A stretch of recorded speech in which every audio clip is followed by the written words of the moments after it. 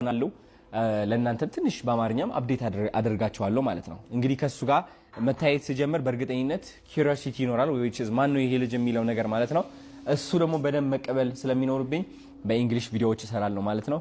አሁን ወደ ኤርፖርት እንወጣለን። 30 ደቂቃ ብቻ ነው የቀረኝ። ኤርፖርት ላይ ያለኝ ጊዜ አሳያቸዋለሁ። ያው እንደዚህ እየተምዘገዘገ የሚቀርጸኝ አቶ ናፒ ስለሌለ በራሴ ቪዲዮውን ቀርጻለሁ ማለት ነው።